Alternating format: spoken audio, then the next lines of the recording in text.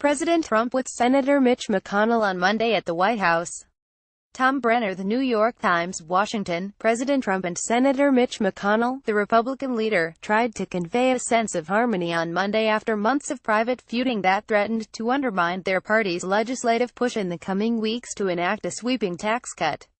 In an impromptu 45-minute Rose Garden news conference, after the men met for lunch at the White House, Mr. Trump and Mr. McConnell both put on a display of bonhomie, waving aside reports of a disintegrating relationship that had included the president's repeated use of tweets to publicly disparage Mr. McConnell's legislative leadership. That feud crescendoed this weekend when Stephen K. Bannon, the president's former chief strategist, told conservative activists that up on Capitol Hill, it's the Ides of March.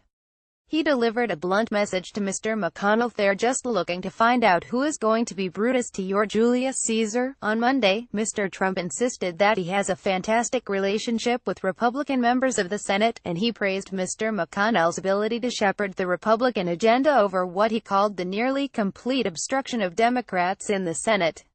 The president also said that he will try to talk Mr. Bannon out of plans to field hard-right primary candidates to challenge virtually every Senate Republican seeking re-election next year. "We have been friends for a long time, and probably now, despite what we read, we are probably now, I think, at least as far as I'm concerned, closer than ever before," Mr. Trump said of Mr. McConnell as the veteran lawmaker stood awkwardly to his left. "The relationship is very good. We are fighting for the same thing. We are fighting for lower taxes, big tax cuts, the biggest tax cuts in the history of our nation."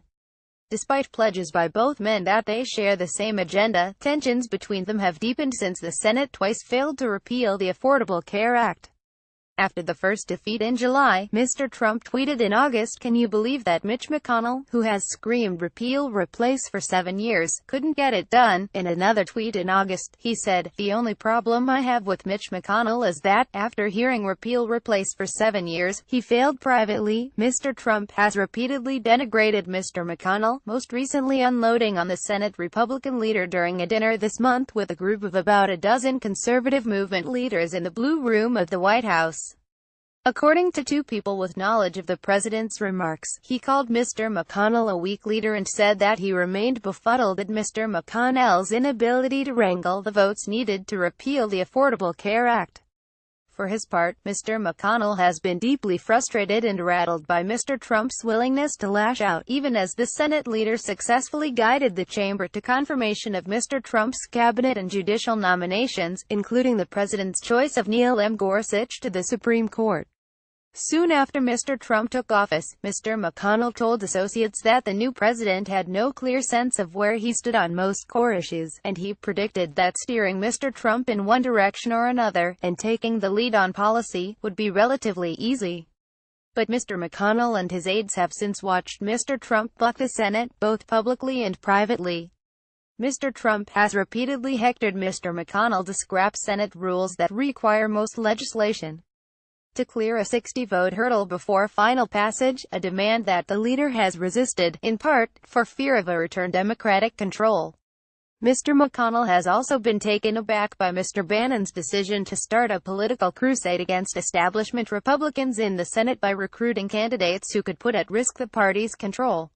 So far, Mr. Bannon has backed conservative challengers to Senators Jeff Flake of Arizona and Dean Heller of Nevada, and could formally back a challenger to Senator Roger Wicker of Mississippi.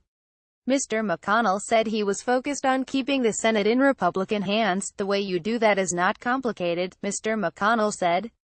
"You nominate people who can win. Our operating approach will be to support our incumbents." Mr.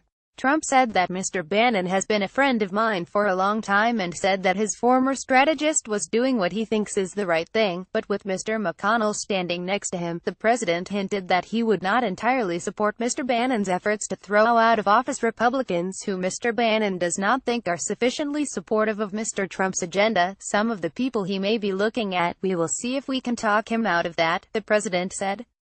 Advisors to Mr. McConnell said the two men talk more frequently than most people know, and that they have regular telephone conversations on the weekends, including one as recently as Saturday.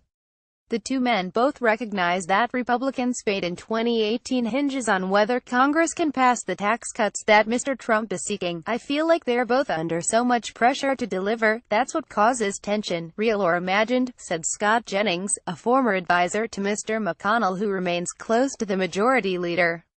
They need to be able to jointly take something back to the voters next year to sell. I think winning on a major policy initiative like tax reform would allow for a further expansion of their relationship on politics. That level of cooperation, which has been so vital to the success for past presidents, was in danger of completely unraveling before Monday's lunch.